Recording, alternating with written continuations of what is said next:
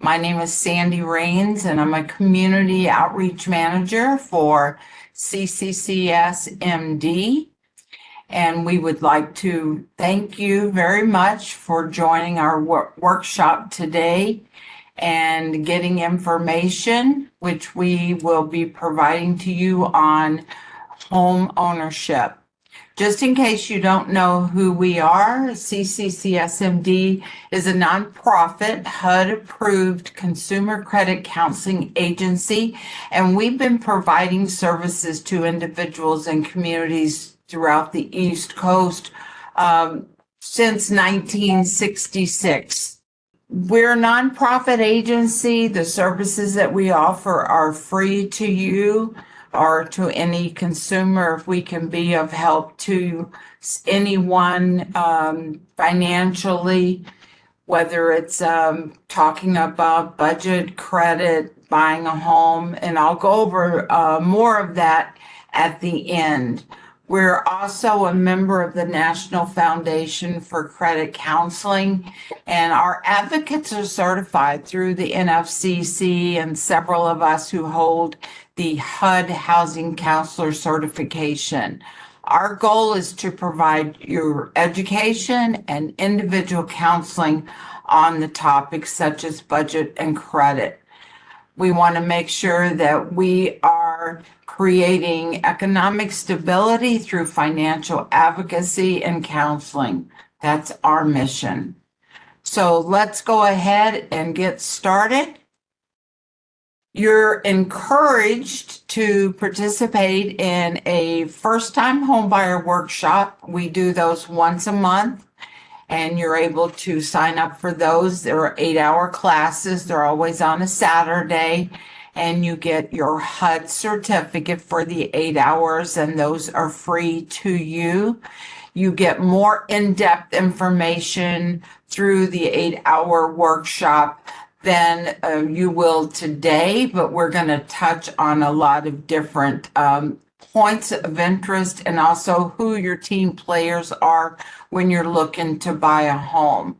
We want to make sure that you are making the right decision when you're ready to do this. When you make the decision to buy, you need to consider fair housing, predatory lending. What are your considerations? You want an overall view of who's going to be part of your home buyer team. That's very important to understand their role. You want to know what your resources are and why those are important to you. So those are the objectives for today. CCCSMD, the Counseling Services for Housing, we set clients on the course towards a secure, stable home ownership.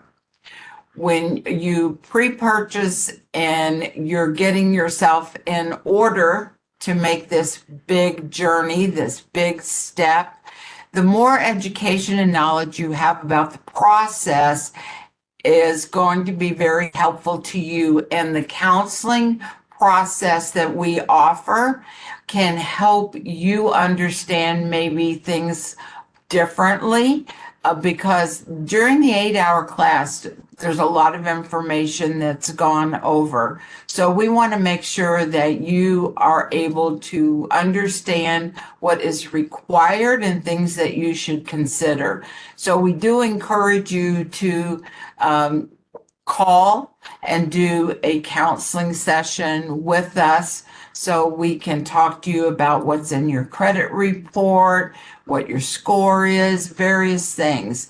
But that financial advocate for us, they can assist you in the development of a good spending plan if you don't have one, assist with obtaining and reviewing your credit report and your credit score, and then give you direction and information what next steps you might want to take, and also providing you support and tools to make sure that you have a successful home ownership. And like I said, those sessions are free to you. So the decision to purchase a home is life-changing. It's one of the biggest items that you'll purchase in your entire life.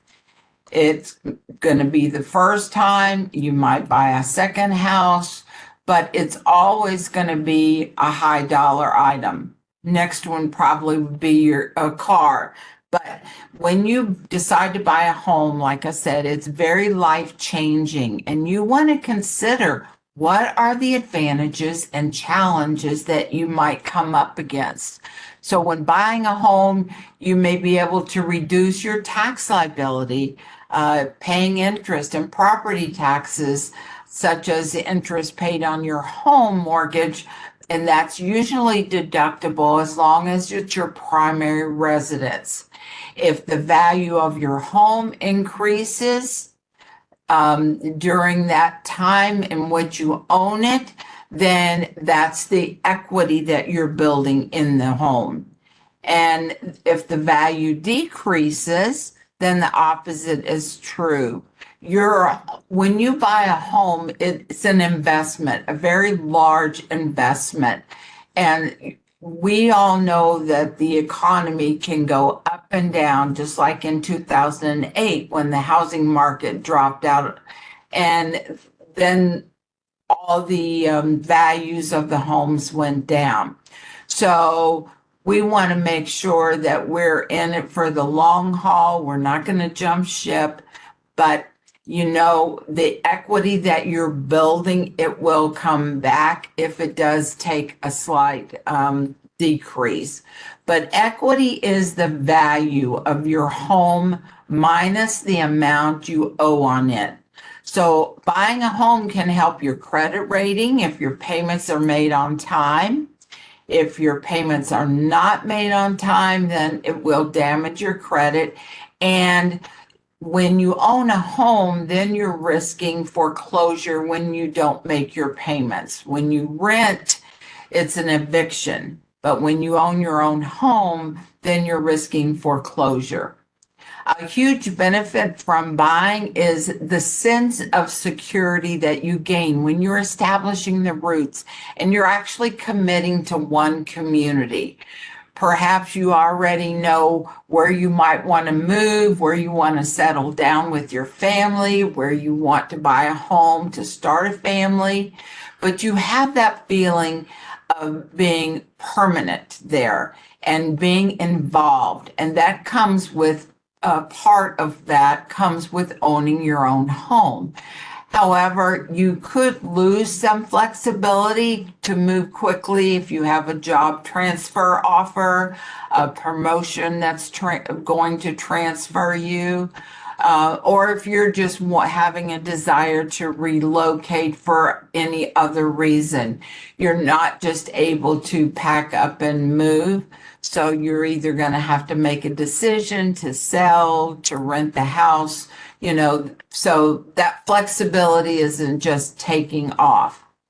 Although you may incur maintenance costs because when you own your own home, there's no more picking up the phone and calling the landlord. So you're in charge of all the repairs, the services, and the upkeep of your home. This buying is going to allow you more control over what you do with your property. So let's talk about getting financially ready. So we're going to talk a little bit about credit and budget. Your credit score helps determine the interest rate on a mortgage loan.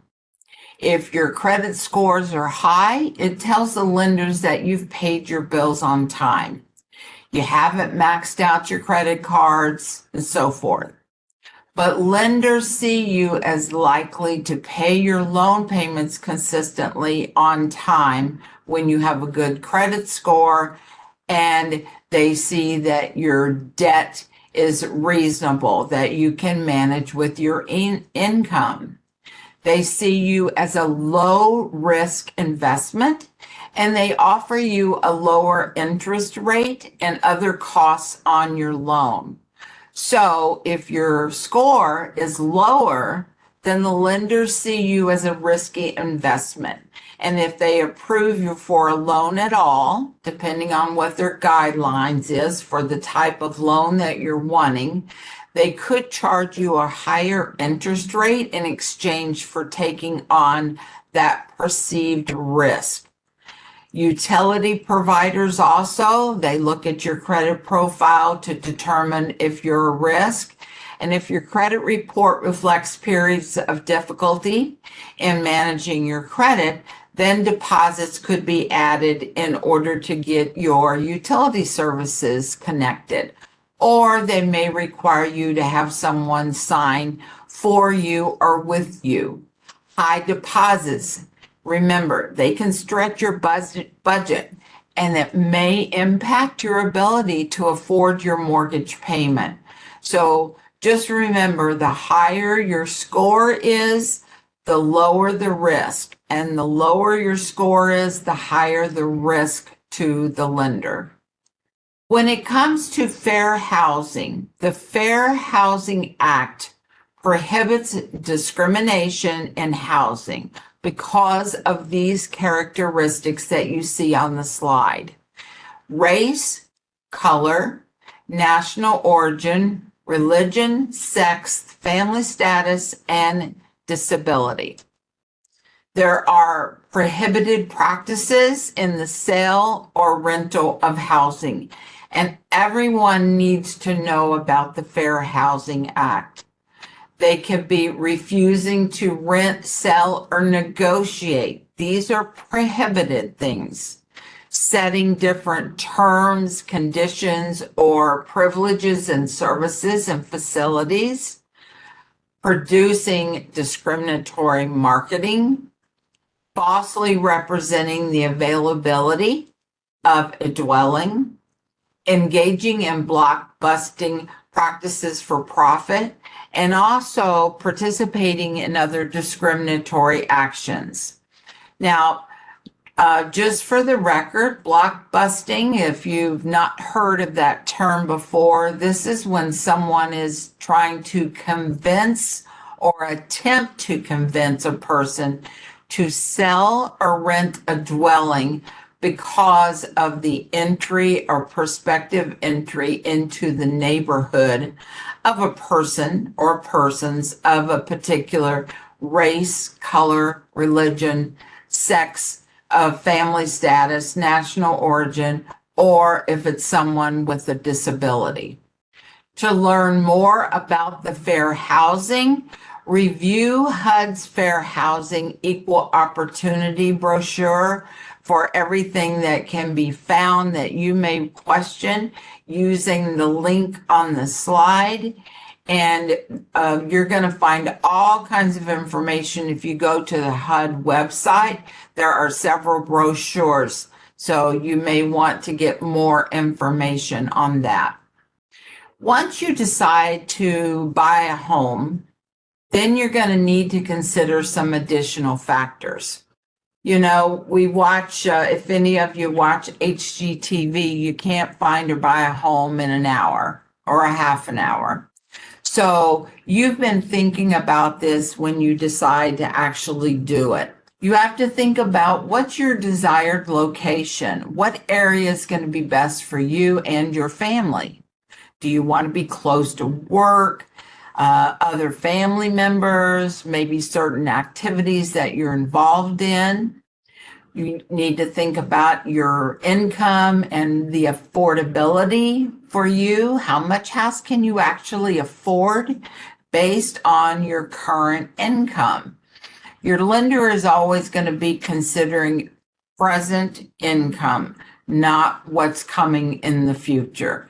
Affordability is not just about the initial upfront costs, but additional costs that you're going to incur once you're in that home, such as a change in utility expenses, home maintenance, HOA fees and repairs, and HOA, Home Ownership Association. And lifestyle. What kind of a neighborhood do you prefer with houses? Do you prefer condos? Do you prefer homes that are close to each other? Do you need to see a lot of space in between homes? Do you prefer to live in a rural area with some land? These are things that you have to think about before you head out and you start working with a real estate agent. The maintenance, do you have the time and the desire to invest in cutting the lawn or painting your home? Or would you prefer to perhaps buy a condo and you pay HOA fees, condo fees, that will cover routine maintenance for the property that you purchase? Then look at the schools and the community resources. Do you have or do you plan to have children and you want them maybe in a certain school district? Or do you want them to be close to certain community resources, such as health care for yourself? Maybe you're helping your parents locate a home. Do they need to be close to health care? So there's more than just waking up to think, I want to buy a home. There are a lot of things to consider when you're making this very large decision for yourself and your family. Some of the steps that you need to take would be enroll in a housing counseling workshop. Like I said, we offer those free once every month. It's the 8-hour HUD class where you get your certificate. This particular workshop is a very valuable first step that's going to help you put together some information and gain more knowledge about the home buying process from the start to the finish. You also need to know what your mortgage options would be. There are many free options for researching mortgage products and what can be offered. Many of the banks have brochures and pamphlets that's going to explain the types of mortgage product options they offer, rates and terms of those products.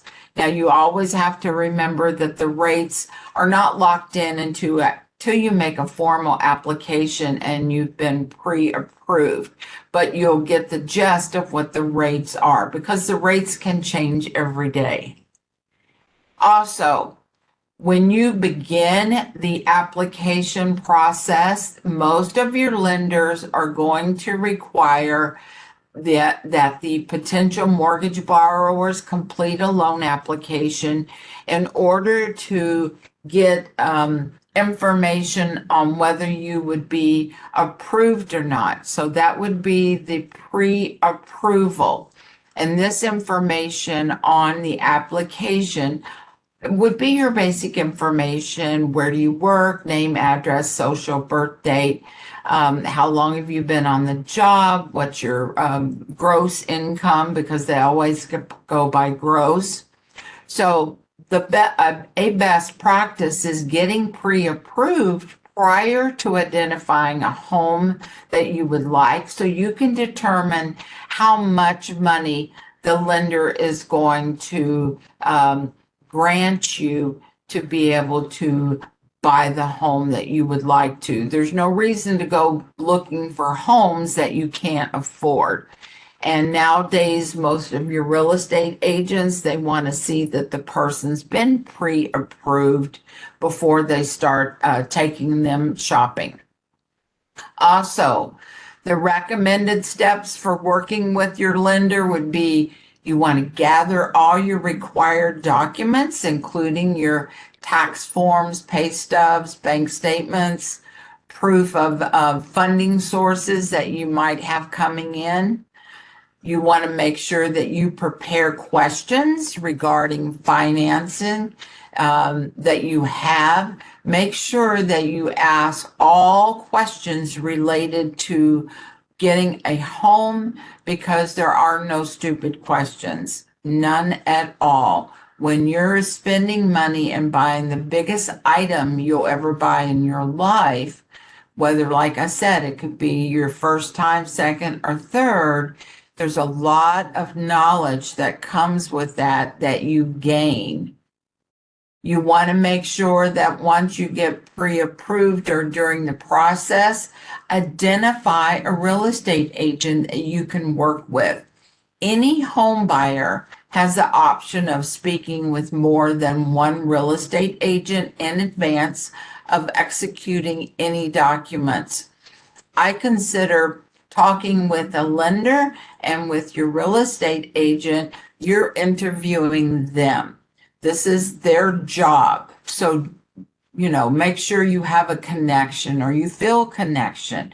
Make sure you ask questions of them and what their protocol is for you as a customer. How long does it take them to respond to you? Is it by phone call, by email, by text, or all of the above? Do they answer questions within 24 hours? These are normal questions that you would want to ask so that you're comfortable with the person that you select. Make sure that you have a list of desires. So identify what things you would like to have in this home. A list of desires and needs for your home.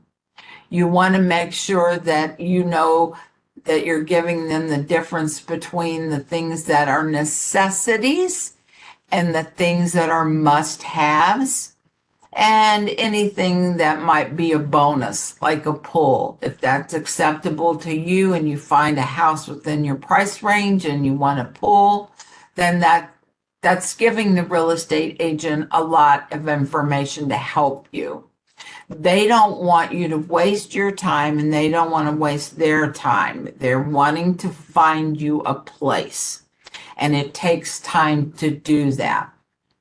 You want to give thought to your community amenities, such as the schools, the parks, retail establishments, and the proximity to preferred transportation routes, especially if someone does not have a vehicle. You want to identify other professionals that would be helping you. So there could be a real estate attorney that would be the closing agent and pulling up the title insurance. This is going to be, a cost to you with your closing costs, but you are usually in charge of who you're going to work with. I call them the settlement agent because you can work with either a title company or a real estate attorney when you're looking to have someone take care of the closing of your home and doing the title search. You want to research home warranties. Engage the services of a good home inspector. That's very helpful to you because the home inspection is ordered by you. It is for you. A home inspection is not required by the lender, but the home inspection is for you. You want to know what you would be buying. You don't want to buy a money pit. So that home inspection is money worthwhile for you to find out exactly what's going on with this home that you have a strong interest in. And then finally, you're going to close on your loan. You've contacted the lender to begin that process. They've gone through the documents. You've looked for a home. But the lender is going to also ask for documents along the way and give you a checklist of items that you need to give them, and just follow their direction.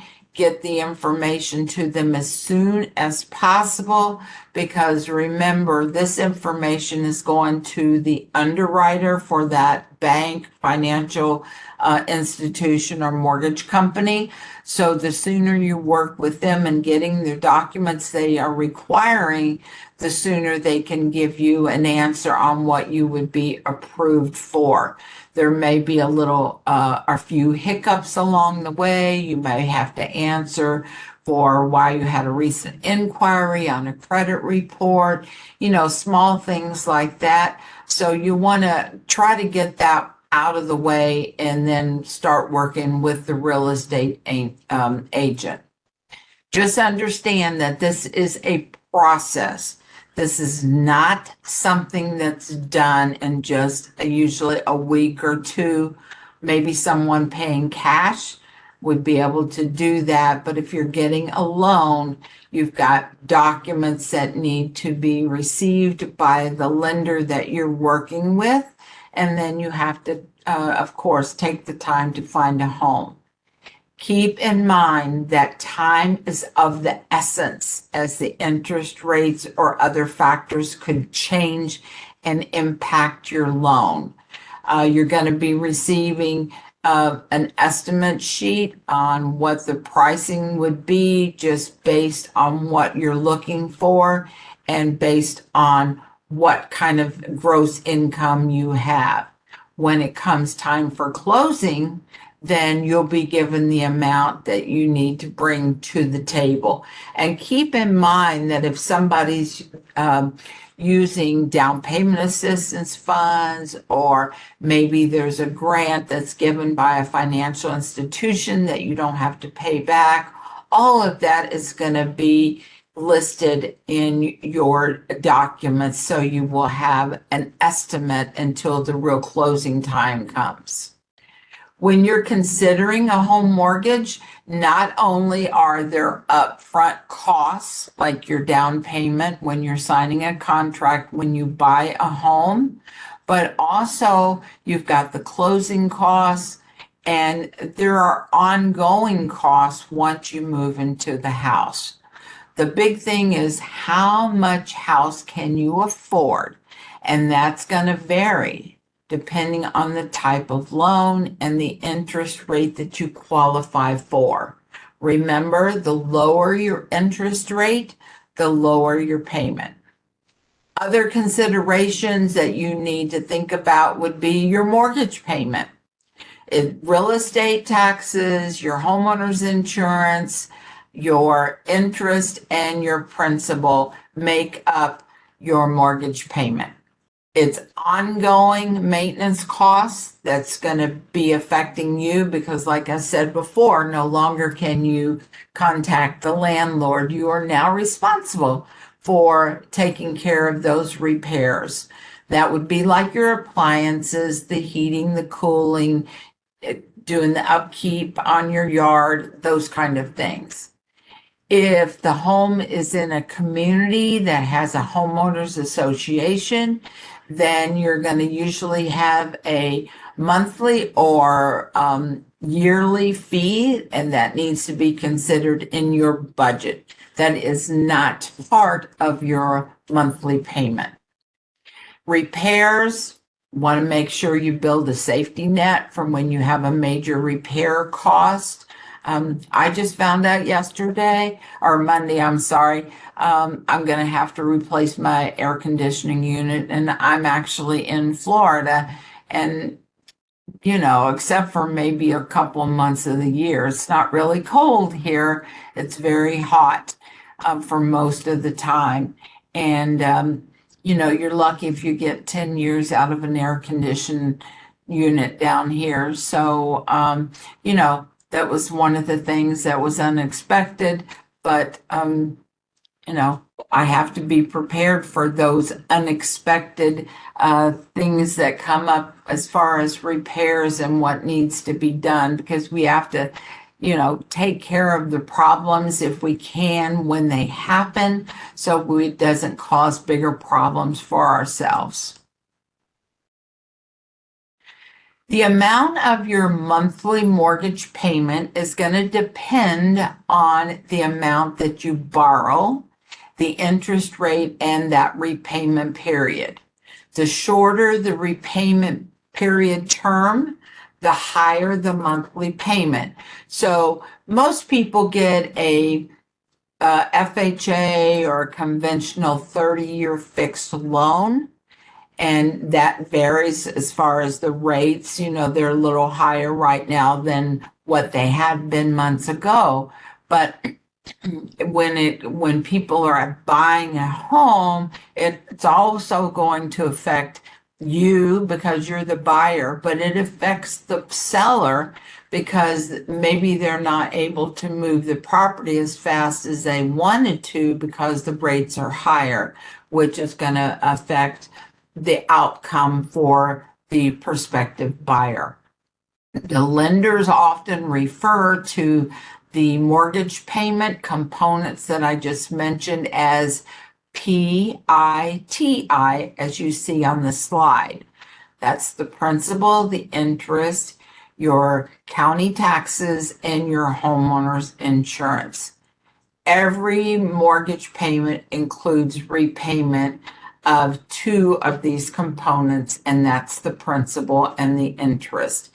If you are putting more than 20% down on your home, then you could avoid paying PMI, and you could also avoid paying taxes and insurance in with your monthly payment if you wanted to pay those on your own. Honestly, I've done it both ways, and I personally prefer to have it in with my monthly payment because the taxes and your homeowner's insurance are two larger dollar amounts that come due once a year. So when I'm making my mortgage payments, then that piece of your mortgage payment is put into an escrow account, and those funds are held there. When the county taxes are due and when the annual homeowner's insurance is due, then that lender has your money that they've been collecting from your monthly payment, and they pay those bills for you. So you don't have to worry about coming up with two very large dollar amounts. The loan payment options that are more universal for everyone are fixed, variable, and adjustable. So your fixed rate, as you see on the slide, it is a fixed rate when you lock it in, when you're working with your lender, and that is consisting of principal and interest payments for the life of that loan. Usually it's a payment cast over 30 years. Some people do 15 or 20. Some lenders offer 25. The longer the period, of course, for the loan, the smaller the payment. So look at what is feasible for you. The lender is going to tell you, remember they're working with your gross income and you're working with your net income. So you want to make sure that you're comfortable with the payment that they're giving you. And that payment is, remember, going to include principal, interest, taxes, and insurance. And if you're borrowing over 80%, then the PMI, and that stands for principal mortgage insurance. If you get a variable rate, then this rate is going to fluctuate over the life of the loan. There's annual caps and there's caps for the life of the loan as well. And then you have the adjustable rate mortgage, which is ARM, A-R-M, and that is set for a specific period of time. So let's say, for instance, it's a 3-1 adjustable. That means whatever rate you locked in is the same for the first 3 years, and then your rate will adjust every year after that. So a lot of times people might do an adjustable rate if they're buying a second home, if they're buying it for investment, if they're buying it to flip. But most people are using fixed rate loans, whether it be FHA, conventional, various types of loans out there available. It just depends on what you're looking to do. If you are denied for a loan, there are steps that you may be able to take depending on the reason for the denial or the rejection from that lender. Insufficient funds. You could ask a family member to provide money to help you for closing costs. That would be a gift letter because the lender does not want to think that you're getting a loan that you'll have to pay back, because then that's going to be a payment that they would have to consider in your ratios when they're trying to get you pre-approved. We'll always look for down payment assistance programs. Look for closing cost assistance program. What is out there? And they vary depending on the county. And then the different states have programs. So always check. Sometimes your employer may have something, but always check all your options when you start thinking about buying a home. Some of them, if you stay in the house for a period of time, you don't even have to pay back. And they're what we call a silent second. So you're not making a monthly payment back for those funds. If you do have to pay them back, it's usually at the end if you sell the property or refinance it.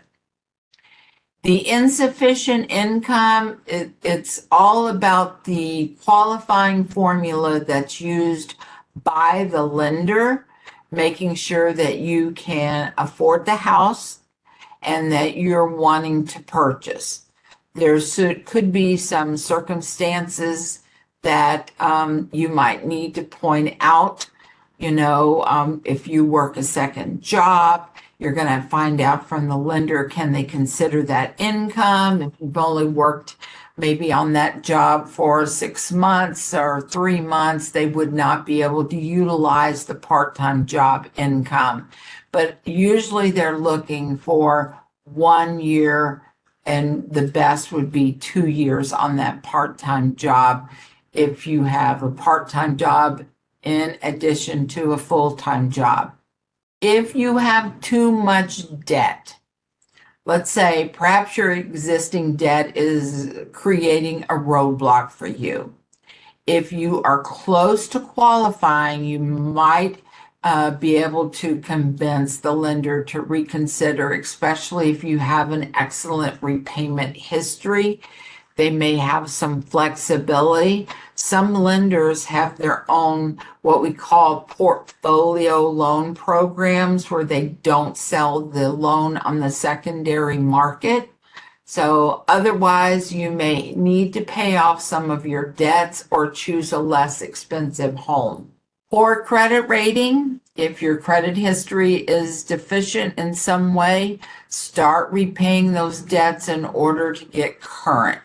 Once you've improved your credit profile, then you might be able to look for that house and start all over again. If the house that you're looking to buy comes in as a low appraisal, perhaps, and that's why your application was rejected, then it is up to your real estate agent to go back to the seller's agent and let them know how the appraisal came in. So maybe the seller could reduce the price, but if they won't, the lender is only going to lend you money on the appraisal value. So let's say if the appraisal for you have a contract on the home for, I'm just going to make numbers simple, $200,000. The appraisal came back at 190 because the appraisal is the market value, then that means the lender's only going to lend you up to that amount of 190. If you really want the house, you're going to have to come up with the extra 10,000. And that means that maybe you're paying too much for that house at that particular time. So there's lots of things to be considered. Also, are there any problems with the house or repairs that need to be done that you could have the seller fix before you move in? So always look at the repairs to be done by the seller before you move in and before you close. When it comes to your upfront closing costs, that would be your down payment is one of those. Most lenders require a minimum of 3 to 20% of the home's purchase price. Your closing costs, this is to finalize the purchase of the home, and it could range from 2 to 6% of your mortgage amount depending on the state in which you live. The cost of the home, this would be the home inspection that we're talking about. It's important to know the condition of the home that you're wanting to buy and the any particular repairs that maybe needs to be done. This charge for the home inspection, this varies depending on the square footage of the home, the type of property, and the location. The home inspectors, they are competitive and usually comparable, competing with each other for the price. You need probably maybe $400 plus. The larger the home, the more expensive the home inspection is. Now, when it comes to your moving costs, when that moving day arrives, are you going to need movers? Do you have to have a truck? You also have to have your utilities turned on. So if you've had any problems with utilities in the past, then that means their utility services may want a larger deposit for connection fees. When it comes to your home ownership costs, the home ownership association or condo association dues will need to be paid, and that is coverage for the pools, the ground maintenance, special community spaces that are utilized. Your property taxes, like I said, those can be escrowed in with your monthly payment. Regular maintenance, that's, clearing leaves from the gutters, maybe snow removal. You might want to change the carpet, flooring, replacing dishwashers. I mean, there's lots of things when we buy a house that is ongoing for the upkeep, but also usually things maybe cosmetically that we want to do to the house as well. And then your monthly utilities, gas, electric, oil, water bill, trash removal, whatever those utility bills are going to vary. You may have more now than you had before if you rented, because sometimes the management companies or the landlord may include your water or certain things in your monthly rent. So you have to think about that too. And most likely you're probably in a larger home than the one that you just left. The different types of homes, the condominiums, number 3 here, it's like a starter home of choice for a lot of home buyers today because they're usually smaller and less expensive than your conventional single family homes. And that depends on the area, how big it is. The term condominium does not describe a particular style of architecture, but it's rather a type of joint ownership. And each living unit is individually owned by the homeowner, while there are common spaces around that condo, like the pool, surrounding land, you've got hallways, elevators, recreational facilities, those kind of things. They are owned collectively by the owners of each unit. And in addition to their monthly mortgage payment, the condo owners pay a condo fee for the management of the complex and the upkeep of the common areas. A townhouse condominium is simply another type of condominium in which units of 2 or more stories, they share common walls, and each unit has its own ground space, But like other condominiums, the common spaces and facilities are collectively owned by the unit owners. Your co-ops, they resemble condominiums in that they are owned by a collective number. However, legally, they're different. A planned unit development, people refer to it as PUD, P-U-D. That is a project or a subdivision that consists of common property that's owned and maintained by an owners association for the benefit and use of the individual homeowner. And then you have manufactured housing. That is not the same as mobile home. This includes new homes in the United States that are site built to state and local codes. They are factory built, prefabricated housing, which is not inclusive of mobile homes because that mobile home has a title to it like a car. And so you're moving the mobile homes around. Your lenders do not usually give you a loan as far as a mortgage loan on a mobile home.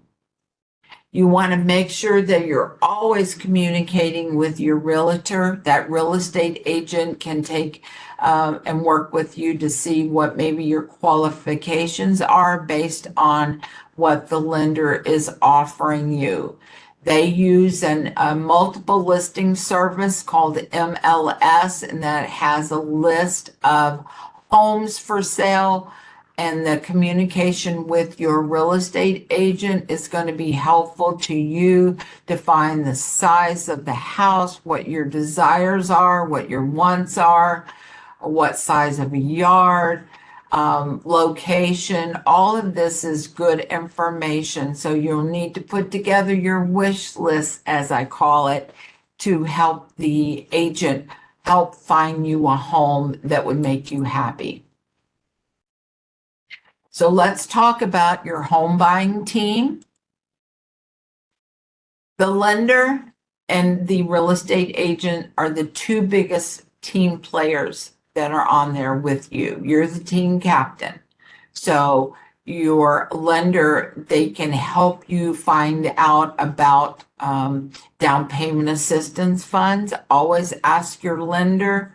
They could tell you if there are any county or state programs that you would qualify for.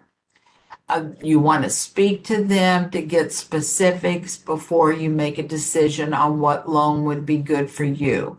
Also, your real estate agent would possibly be able to tell you. Always do your own research as well and find out what kind of down payment assistance programs are out there and available, because they get money and then they run out. So that money comes down from the federal area. So always look, though, to see if there's money that you could qualify for to get. Pre-qualification. Pre-qualification is merely assisting you with verbal information in determining what price of a home you qualify for. Lenders, they pre-qualify you based on that verbal information that you give them.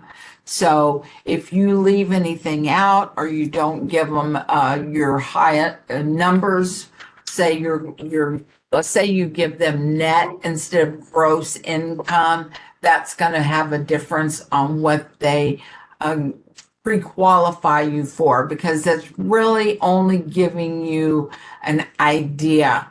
So you want to make sure you have all of your information that you're providing to them.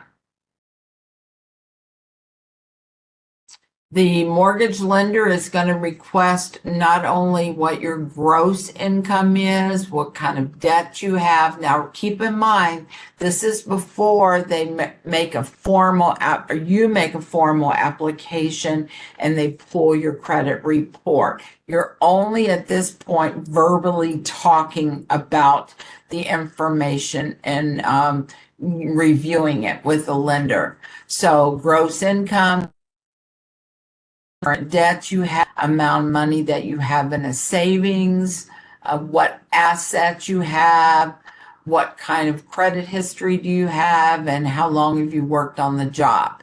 The pre-qualification, when you're talking to a lender, this is the first step, but it gives you an idea of how much of a loan you're likely to qualify for.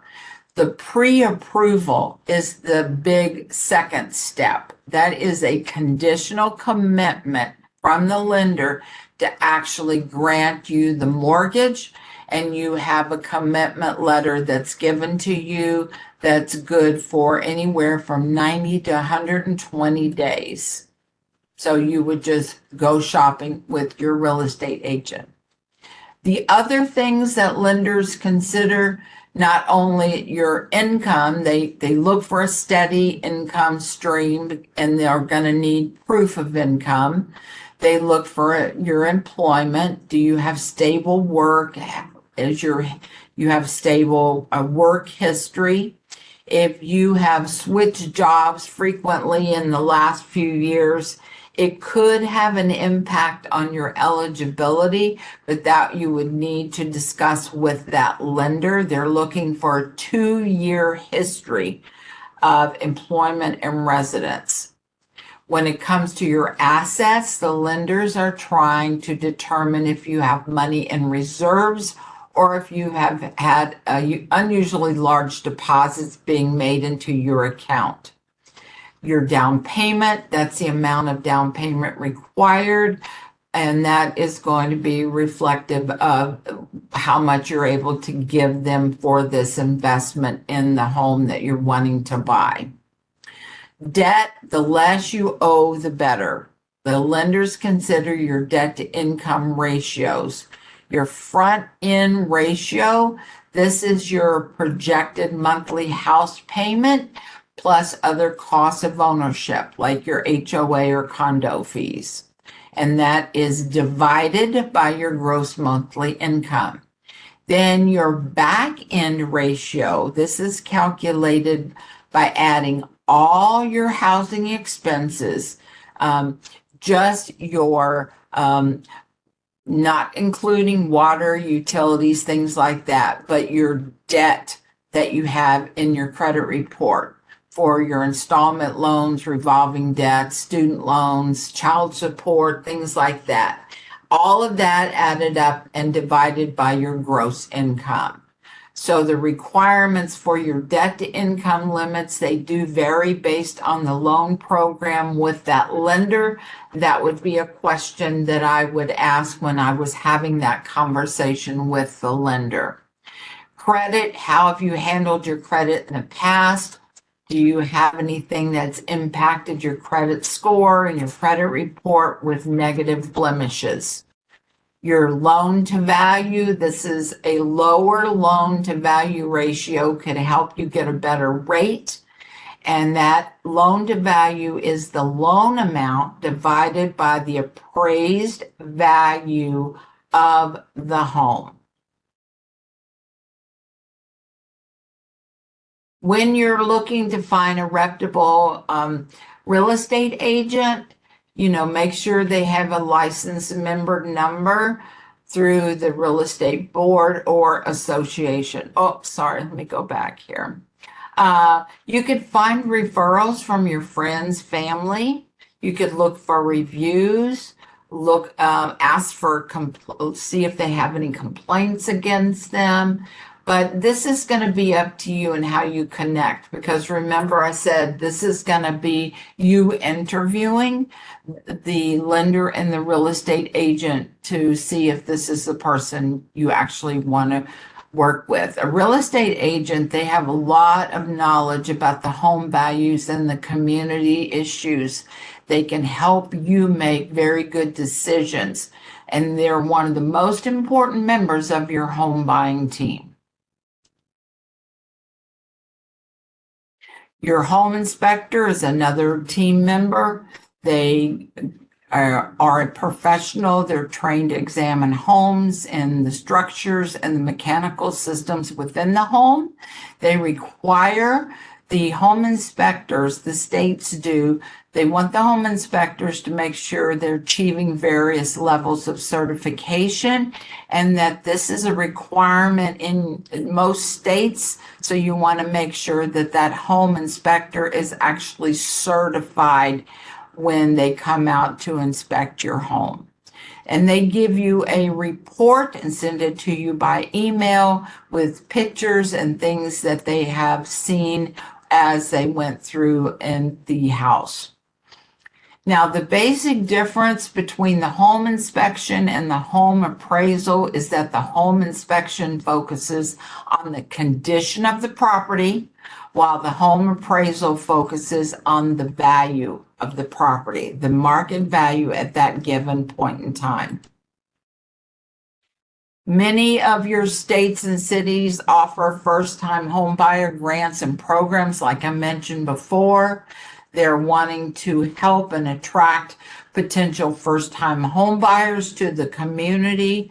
So make sure you seek assistance and ask from your realtor, from your lender, to see if there are any programs available.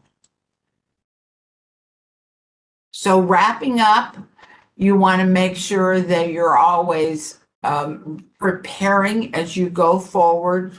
What's a good time for you to actually think about it? Is now the time?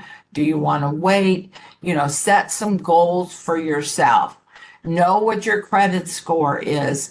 One of the things that I want to mention, if you don't know, and through the end of this year, December 31st of this year, you are able to pull up your free credit reports from Experian, Equifax, and TransUnion once weekly.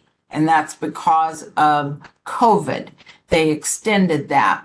So you have them through the end of the year. So I'm not saying you would do that weekly, but you could do it monthly if you're paying down debt.